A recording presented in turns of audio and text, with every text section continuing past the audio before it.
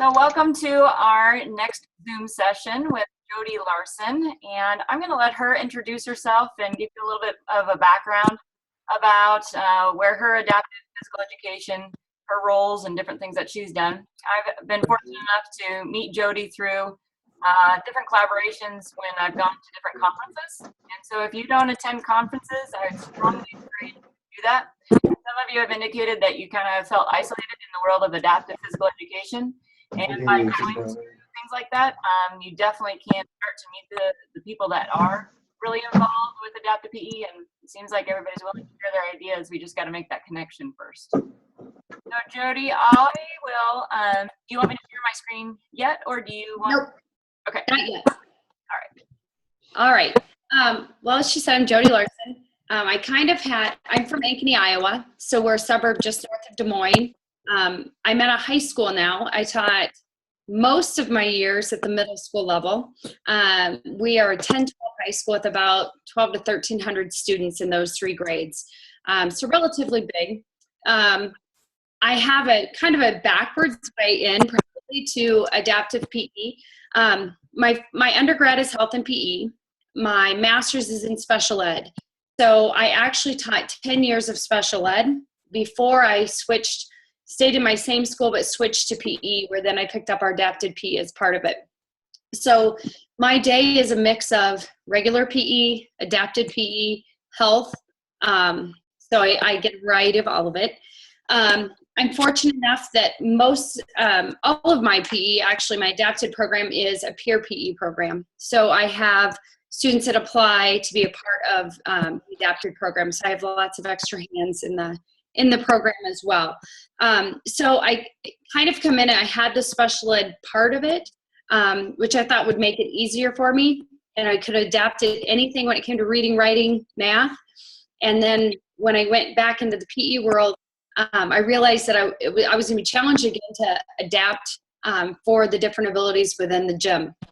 And absolutely, to jump on what Megan said, my biggest assets, and on my slide you're going to see that as well, is reaching out to others in the field that I've connected through either social media networking and or conferences or through state organizations. So if you're not involved in any of those avenues, I would highly encourage you to do that, because those are the people I reach out to, because there isn't a big network necessarily within my school district.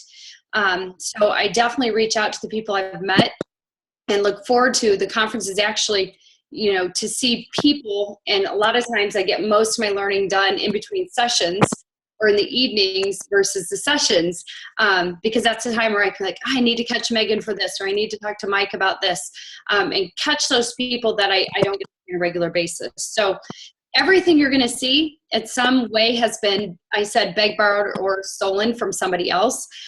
So nothing I doubt I can claim as my own.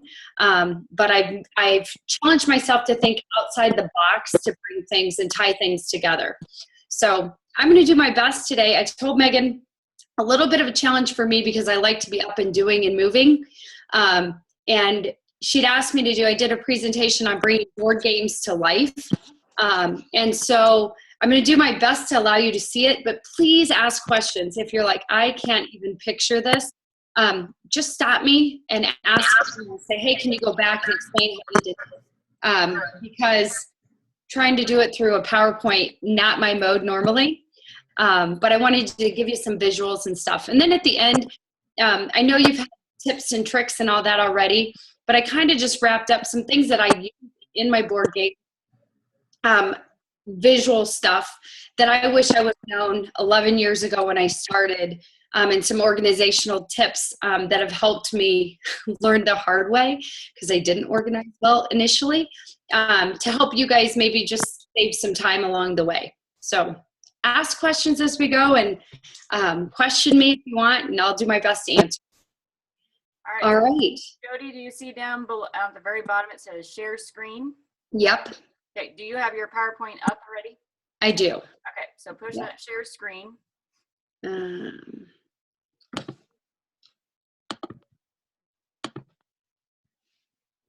it is coming alive for us. I need to get to my tabs up here. There we go. Maybe. It goes a little bit slower when you're on the. Okay. I'm just hoping that children don't scream or the dog doesn't bark, so. And it's more than fine if it happens. We have little visitors every once in a while, depending on if it's a child or a dog or whatever. Okay. It's all nonchalant on that part. All right, because that's always a possibility. All right, so I just kind of, going off what Megan had said, I wanted to give you kind of my purpose for tonight, and I hope it's in alignment with what you guys are wanting. But I am always trying to, like, I'm a big person. I think it's got to be enjoyable for kids, and they're not going to want to do it. I do the same thing in my regular classes, where it's like, how can I make them run and enjoy running without complaining and doing those types of things? So I'm always looking for skills that they need that we can somehow integrate into the movement piece. So with that, what I did was I created board games. So I looked at, that's a life skill. A lot of our students in adaptive, they need to learn some of those games and how to wait and take turns and do those types of skills. But how can I integrate it into movement? And so what I did was I thought about what are some of the common board games and how can I integrate those into what I'm doing in the gym. So what I said is you need a little bit of imagination, willingness to have some fun, a little bit of time to plan and organize. And I'll talk about groups to reach out to. I'm all about like trying to get others to help do the work for me so that it doesn't land on me. So some places I went for activities was I used PE Central. I'm always reaching out to my Twitter, PLN, and other teaching colleagues like we mentioned before, and like, okay, how can I do this? What are some activities for this? How can I accommodate the activity this way? So I always say don't reinvent the wheel. Grab what's out there and then make it work for what you're wanting to do or the skills you're trying to teach with your students. So when I first started off, I kind of went, okay, what are some of the basic board games that kids either may come across in their life or games that they like? And then, if I'm being honest, I made it a final for my students, my gen ed students who were in my class. And I said to them, all right, I want you to create a board game. Think of board games that are common. And then I want you to turn it into a game we can use in the gym. And they had to come up with the rules, and they had to come up with, they'd do a lot of the creation for me. And what I did is I took some of the better ones. Some weren't great, but some of the better ones. So memory, we do a scooter Monopoly game, Candyland, Shoots and Ladder, Life, Sorry, and Bingo were some of the best ones. And then we created a way for them to like come to life in the gym. And so when you think of the board games, for example, Candyland, how the word curves and has the colors, I just used construction paper. And we would lay out a board in half the gym, and it would just wave around. And then what we would do within it is that, like the picture on the right are the actual cards kids drew. And so we created the cards that students drew. So that was a stack. And what they would do is, depending on what skill we're working on, so maybe we're doing basketball skills, I color-coded my sheet. So this one, it's an orange, and it's basketball. So I color-coded them. So if it was soccer skills, they were yellow skills. If it were basketball skills, they were orange. If it was fitness, it might be green. And then I used Velcro. Everything's laminated and Velcroed, so I can pop them off, pop them on super quick to change out the activity. So the students would wait, they would flip. I've done it a couple different ways. I wanted them also to practice taking turns and waiting in line. I'd put small groups because I don't like kids standing for very long, that they would have to wait. Other times, if I just wanted kids moving, but I wanted them to learn the concept of the game, they could go at their own pace. They would flip, they would move, and they had bean bags that were their markers. So when I would get to that spot, that would be my marker. And when I got there, then I had to complete the task. So if I had a double red, I would move to my double red, lay my marker down, and then this one says, for the top one, shoot a hoop. Now, the other challenge I had initially in my kids, our population has grown, so we're split a little bit better. I used to have students who had very limited mobility, with students that were fairly mobile. A lot of students maybe were on the autism spectrum. So skill-wise, they could do it. It was some other accommodations we needed to make. So I have 2 Velcro strips so that when they got to the station, they knew whether they were doing the orange or whether they were the picture cute. So again, I was able to differentiate within the activity. I would just put 2 different skills on. They're both still working on basketball skills. But a shoot a hoop for one of the students may have been a bucket sitting next to a wheelchair, and they're just going to release the ball to drop into the bucket. Another shoot a hoop may be on a little hoop. And then some of my more mobile students may actually have to shoot 2 or 10 shots at the basketball hoop. So they would have that opportunity, and then they would shift and move. So they also had to learn, every time they landed on a person, there was a direction that went back. They had a task that they had to do. So trying to get them to, I have several students that don't do very well when they're not successful. So when they would get the candy cane, it brings them all the way back. They have to learn how do I handle, going back. So there's also another way without direct competition to have students to learn being a good sport, those types of skills. In Scooter Monopoly, and I didn't have pictures for this one, but it was set up in a square, and it actually worked on, in a sense, driving skills, but they were on a scooter. So there's stop signs. There'd be a cone that had a stop sign on it. At some point, they had to stop, and it had to complete a task. Just like in Monopoly, when they went around once, they could earn a couple dollars, so they would get a couple dollars. And then they had the opportunity to purchase or buy, just like you would buy a house, they would buy an activity. So they wanted to buy, and then in the inside of the game would be like skiing, and it would be like our buddy walkers, or it would be carpet squares where they could slide and go skiing. It may be a preferred activity that students like. So for some of them, it may have been a dance. So there was an iPad sitting in the middle. And if they bought their dance, then they would go in and they would do their dance. And when the dance was done, then they went back to their scooter. So that one allowed them to work on some money skills. They had to learn choices when it came to, do I have the money to spend to buy an activity that I wanted to do? And I always, depending on my population and my students, tried to choose activities that they would prefer, that I knew some of the students liked, and those became their landing spots to be able to purchase.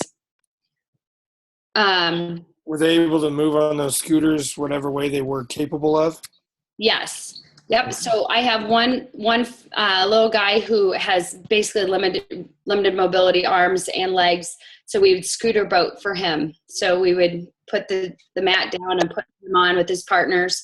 And that was his mode of transportation. Peers would help push. I had some that are able to move on their own, some where they hooked onto a partner. Sometimes students in chairs, their partners would be on the scooter and they would pull. So yeah, whatever way they could. And then we use yield. We had yield sign, stop sign, and a go, for them to kind of learn the movement of traffic patterns when they went as well. Any questions on that?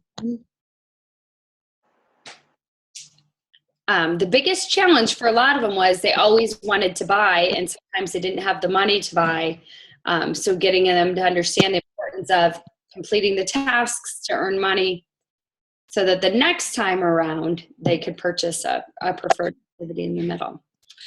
So that was Scooter Monopoly. Memory is pretty simple, but I would work with the classroom teacher on either signs that they were working on. So again, a lot of the students at my level were working on street signs, danger signs, those types of things. So we would print those. I have those printed as a match. The first time I did the matches and I wrote the activity right on it and laminated it, which was not smart. So I wouldn't recommend doing that because as your population changes, tasks may need to be harder or easier change. So I would do the picture card and have those laminated with Velcro on them again, so I can change that they do. But again, they would go out, they would flip them. Is it a match? So 2 danger signs. If it was a match, then they came back and they completed the task. If it wasn't a match, they flipped them back over and just walked, or whatever locomotor. If they were able to do a locomotor, I would change the locomotor movements every time they went down to flip. Questions on that one? Shoots and ladders. What you're going to see is a similar theme. I just changed the activity depending on the game. But so for shoots and ladders, I kind of made a board. Hopefully you'll be able to see it. But I laid out, and again, kind of did it like the ladders, but I used scooters for the slide, and I used agility ladders for the climb.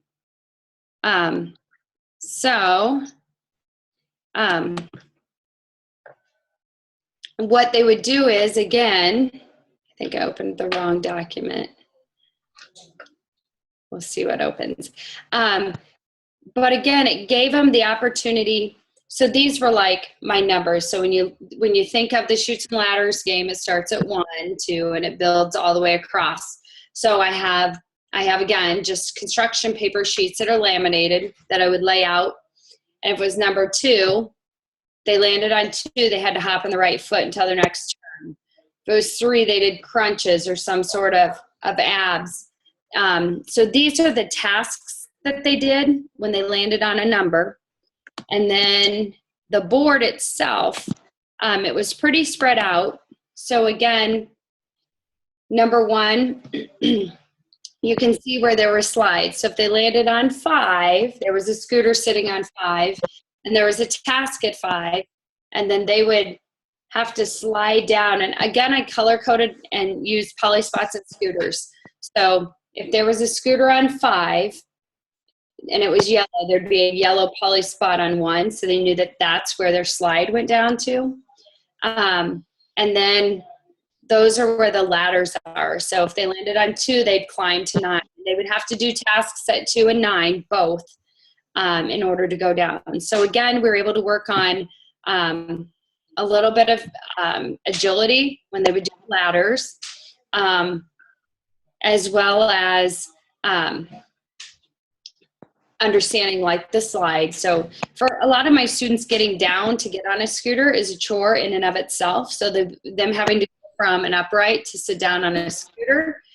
And again, if they have the skill to do it themselves, they would. If they needed a peer to help move them to their next task, they would do that as well. And again, the tasks for this are pre-done, so they're right on the card. So on my number 1, it has the task that they would do. My number 2 has the task right on it. And those are all just laminated. We lay them out in the gym. Again, I even changed the size of how I lay them out depending on my group. So if it's students that need things a little bit closer, they're a little bit closer, and students who need a little bit more of a challenge, we spread it out. If we have to use double ladders, we use double ladders for that one. Any questions on that? How many kids are usually in these like size of groups, generally speaking? My people PE classes average, I average 25, 24 to 25, but I'm 2 to 1 peers to students. So I have 9 in one group that would be my students who actually need the adapted services, and I have 11 in my other group that needs adapted services. Okay. So bigger groups, but just because of peer helpers. Then the other one, I have a shot up here for bingo. Just another way. We have swimming bingo. So when we go into, when we swim, the cards are laminated. And we have 3 different levels of it, depending on our students. And they're with their partners. I don't do any calling on that bingo. Their goal is, I'll say, you need a diagonal today. And then with their partners, they'll work on some sort of diagonal in the swim pool in the ability of their card. So depending on what they can do, I have 3 different levels of water bingo. We have basketball bingo. We have soccer bingo. We have, and we just, again, it's getting them to work on their skills. But I just find that when I change it into, versus me just having kids dribble or working on dribbling or trapping, or like these are basketball ones. So layups, those types of things. If given a task and they kind of a challenge where it's an individual, I mean, they're competing against their peers. It's more about how many they can get done. Kids like that. They like the ability to like have a different way of doing the same skills we probably would work on, whether you're doing station work, you're doing large group skills with students. So we use bingo for a lot, and there's online bingo makers for everything. So it's just a matter of you choosing the skills. We also have lots of different levels of those depending on my peers. So those are also color coded so that at quick glance I know that my yellow is my higher bingo card, my orange is a lower bingo card for more of my mobility, less mobile students. Do you have any questions on that one? We've done checkers, and it's the same concept. All of them are the same concept. If you're going to make a move, you have to do a task. So we have black and red checkerboards. They have their piece that they move to mark on them, but every time they make a move, they have to complete a task. So just trying to get them to learn some life skills that they'll need, whether they're playing in a, I have lots of my students live in a group home. So whether they're living in a group home and it's a life skill activity to learn, they've kind of learned the rules of the game. Hopefully they learn some life skills on how to play it. And then in the gym, we do it with the physical side that they're getting some movement in. And these are just, again, some of my task cards. So you can see sometimes we're tying them to, I do color code. I mentioned that.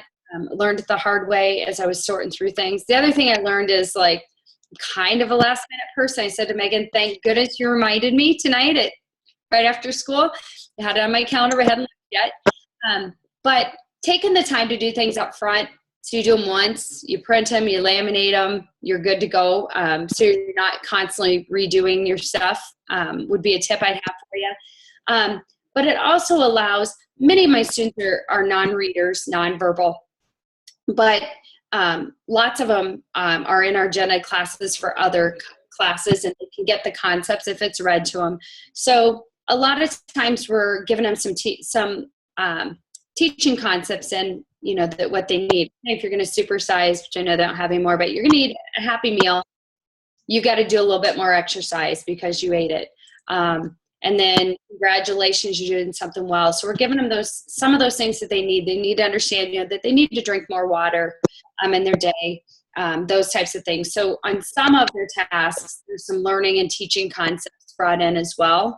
And then, like I mentioned, by double Velcroing it, I'm able to kind of differentiate and give kids the option of doing a high or low activity, or a lot of times it's my directive to, you'll do the orange or you'll do the picture cues for the different tasks.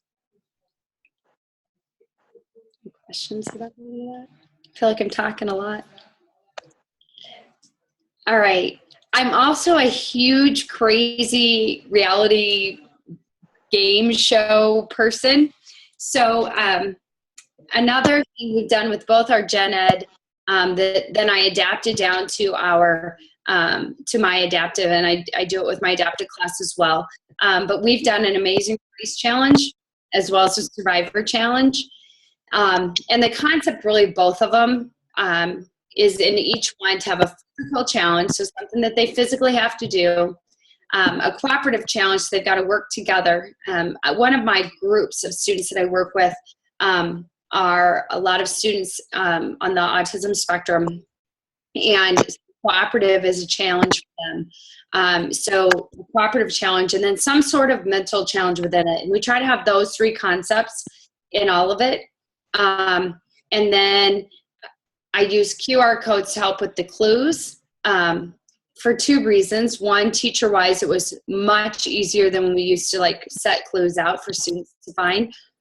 And B, our students who sometimes struggle, I have had many that when they were able to take that iPad and they could be independent in it, I can give a verbal direction so they're not having to read. It can be a video of the activity so they have the demo that they need, allowed those students to really gain independence in the task.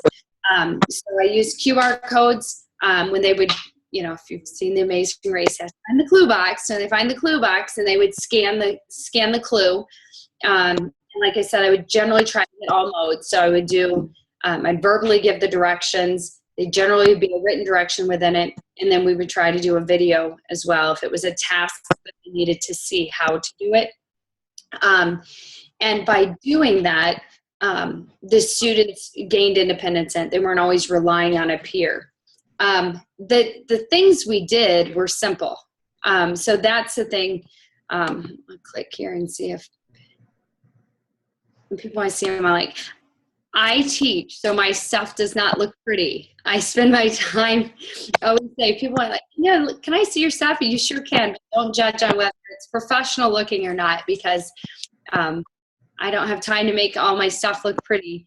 But this just kind of gives a quick overview and like what some of them would look like. So the tasks are simple. Those are the things I've stolen from other people. But it's trying to get them to work as a group and to complete tasks. So the challenges, I look at field day activities or, anymore, we did Survivor a long time ago. So now there's a lot of people have done Survivor stuff. So steal ideas from field days and just integrate them in, add some, we added a lot of the mental challenges because for your kids who weren't as strong physically, sometimes they can help with some of the puzzles. So one of the mental part might have been putting a puzzle together. The dollar store is my friend when it comes to the little puzzles. And sometimes on the back of the puzzle piece would be a task that they had to do. So on the back of the puzzle, they'd run and grab a puzzle piece and come back. And on the back was 10 jumping jacks. And then they could go to get another puzzle piece before they would put the puzzle together. So this just gives you some ideas, that we would add a roadblock in the Survivor where they would choose which one they thought their group could do fastest. And again, for many of my students, just the choice was a challenge because they struggle with working together and not, I want what I want when I want it. So this was one, probably My Amazing Race and Survivor challenges have been two of my favorites, just watching kids grow.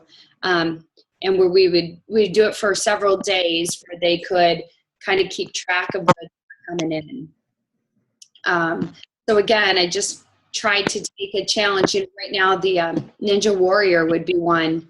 Lots of the kids watch the Ninja Warrior. So as some way to bring that into your gym, and use the music that they use in order to, gauge interest for students. That's, I guess my challenge would be, what are things our kids like or are watching? Lots of our students in Adapted are very intrigued by movies or games or those types of things. So how can we bring those to life in the gym and meet the skills and the standards that we're trying to do with our students.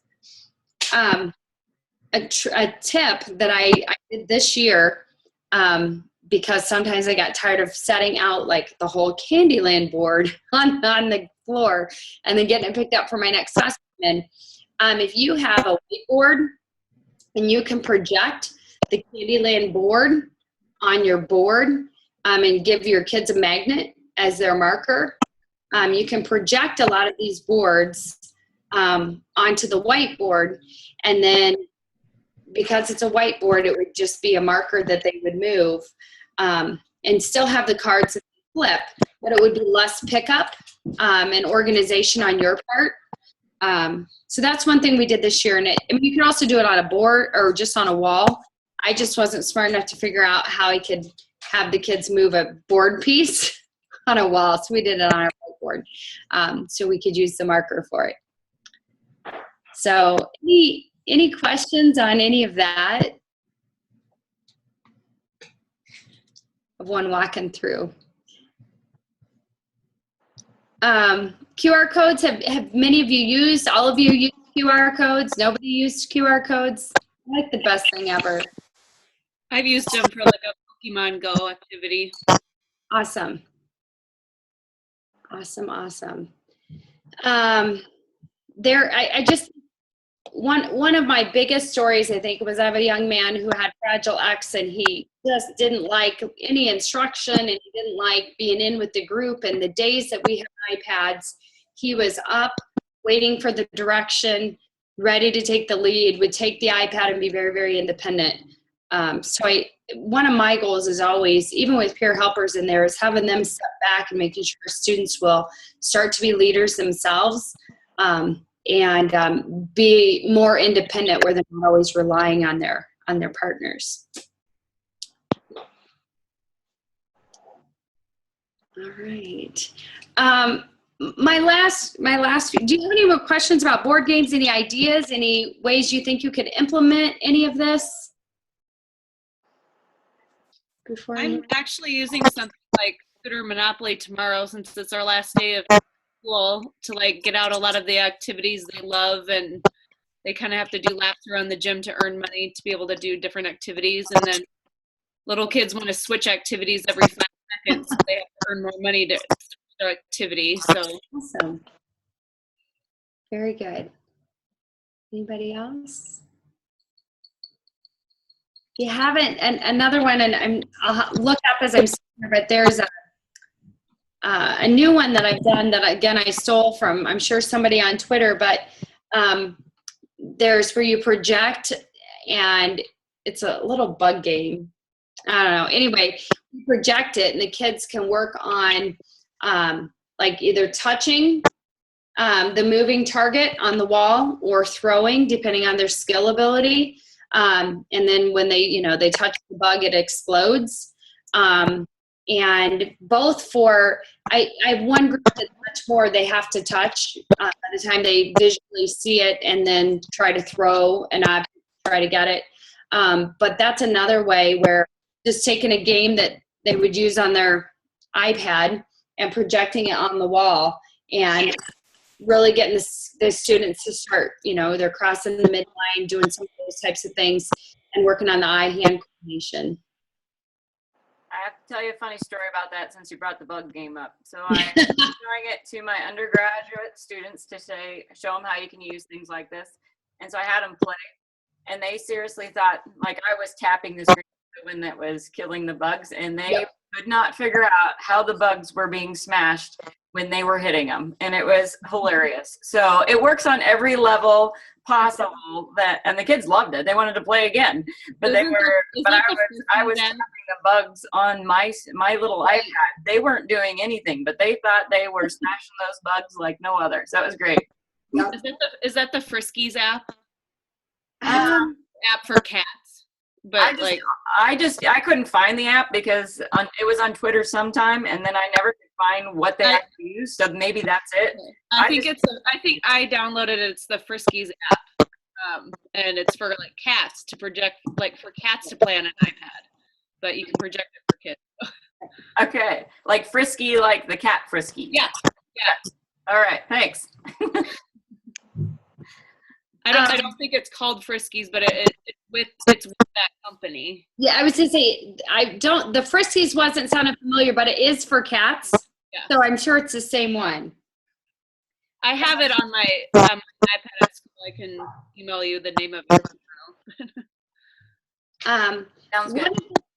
One of the other things, again, just kind of thinking outside the box, like trying to get an adapted wall, climbing wall for students, and trying to get a grant, and so we don't have it yet. So just we have a wall that is just different shapes, different colors, different textures on the wall, so that students, in a sense, feel like they're climbing, but it's a touch. So touch the blue star, move to the orange ball.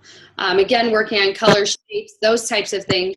But the students are moving down a wall, getting the different textile and colors as they do. So again, just another way to try to think outside the box to bring in some of the things that you want. My last thing, and being a special ed person shouldn't have taken me so long to remember and do, but most of my activities now I've used their picture cues, a pet card. If you don't have these, work with your special ed teacher. I have yet to come across a special ed teacher that they don't use some sort of pet cards with their students in the classroom. And then you can bring them into the gym so that the students have the visual, the word, the picture of what to do. So these are just a couple examples that we use. I have a lot of students that are on a first do this, then do this. Often their then is their break, following the pattern within the classroom. Another one is just where they move down their task list, which is the card on the right. So it's like they've got to do the scooter, and then they get their break, and then they have another scooter task. We do a lot, it used to be, and again, for me, it's going back to the independence factor, without the peer helper or myself always directing. And so the one on the left is, again, that's what a day for one of the students is going to be for track and field. Those were the tasks that she was going to need to complete. So she's a non-reader. She sees the visual, and it's with her all the time. So many of my students need to know what's next or what I have to complete to be done. So using the picture cues has been a huge, huge task. The one on the right, a lot of times our students will wear lanyards. Again, just trying to stay consistent with what they do in their classroom. So we kind of picked what are main tasks that we do that they may need a visual for cue. So they've got their picture cue, and then they would flip up if we're going to do our dance. The peers would pick it up, or I wear it as well, and I would show the dance card. So our students see that visual with the verbal in order to complete the task. So those are the things that I was slow getting implemented, even though I had used them all the time in the special ed classroom. When I moved into the gym, I didn't always do that. And just some more, this would be what the inside of a dance card looks like. This is outside my gym. So when the students walk down, they see, oh, we're going to walk in today's Special Olympics, and we're doing basketball, and then there'll be pickup at the end. So they've got their cues. It takes me about 5 seconds to switch those out today. And they stop and see what the tasks will be. And then this is really simple and stupid, but it's been a lifesaver for me. There's 4 of us teachers. Oftentimes where my space is dependent on the activities and the gen ed. And for many of my students, if they go in the wrong gym and we have to shift to the other gym, it causes their day to be off. So I have a construction paper with a clip that is either green or red, depending on what gym door they're going to go in. And we just flip. So they come down, and if those signs aren't up, they're like hollering for me. They won't go in a gym until they see which sign is up. And my colleagues help as well. Like if think that today's the day I get the big gym and I'm in the North gym, they'll flip it as well. So I just want to give some ideas on things that I've kind of learned the hard way sometimes with organizing, how things are set up, little things that can really trigger students within your classroom.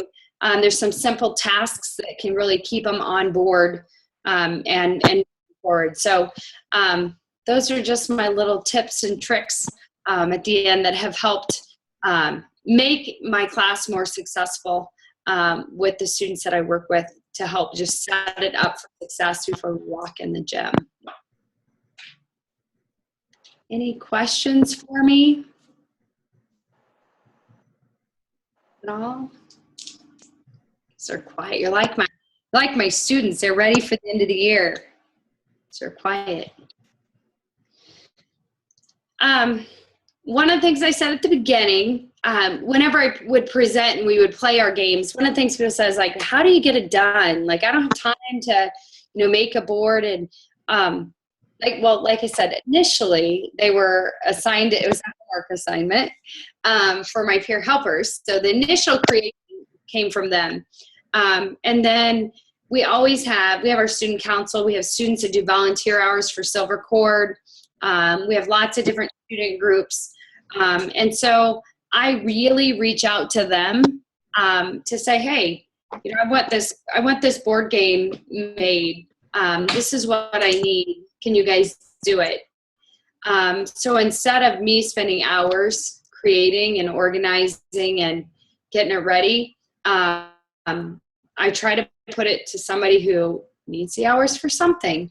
And then can still, it's helping them get what they need, but it's definitely helping me get things organized. So I always say, don't try to create everything on your own. If you have an idea, have kids help you put it together, help kids figure out a way, and then take the time to get things laminated and organized so that you're good to go. And it's just a matter of pulling out a baggie with everything in it and you're good for the day. Does anybody have ideas, ways you think you can incorporate a different game or a different idea?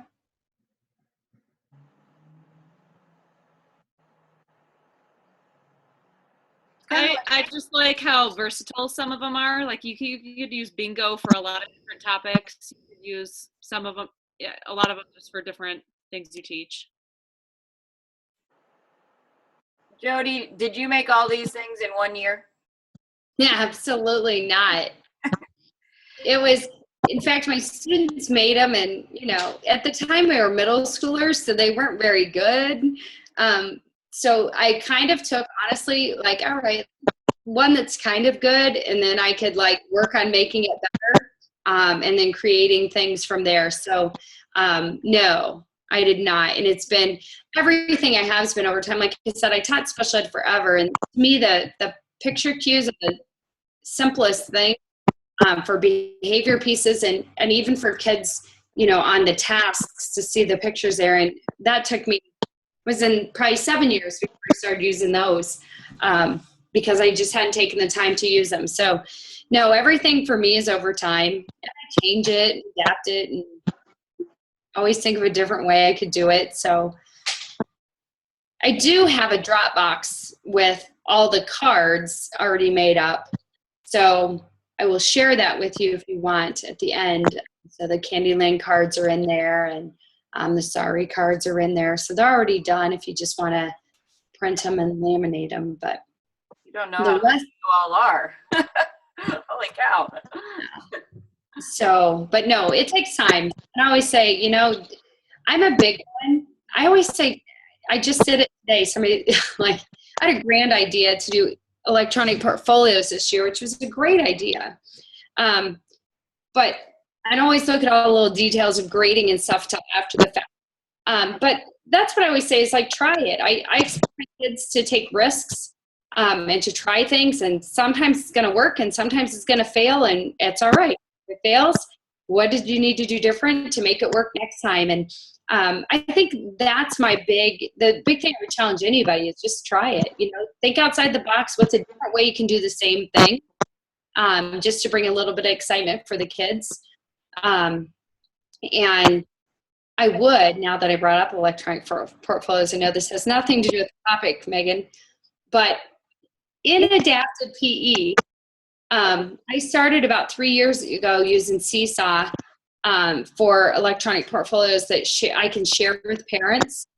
And when I would go to IEP meetings, I actually had visual and data for parents to see the skills and the improvement of the kids over time.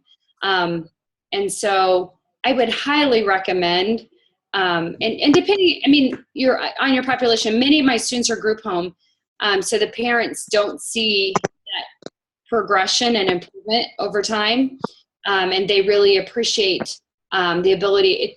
If you haven't used Seesaw, it reminds me kind of Facebook or Twitter, because you can like it and they can leave comments and they can give audio comments. So it's another great way to communicate. And the kids love being able to capture what they're doing well on video or picture for the students. So that's way off topic, sorry. But I think a great thing that I've been able to, when I go to IEP meetings, I feel much better about being able to show them what their students are doing in the gym. Perfect. Thanks for sharing. Yep. All right. Does anybody have any other questions that they'd like to ask Jodi before we let her go?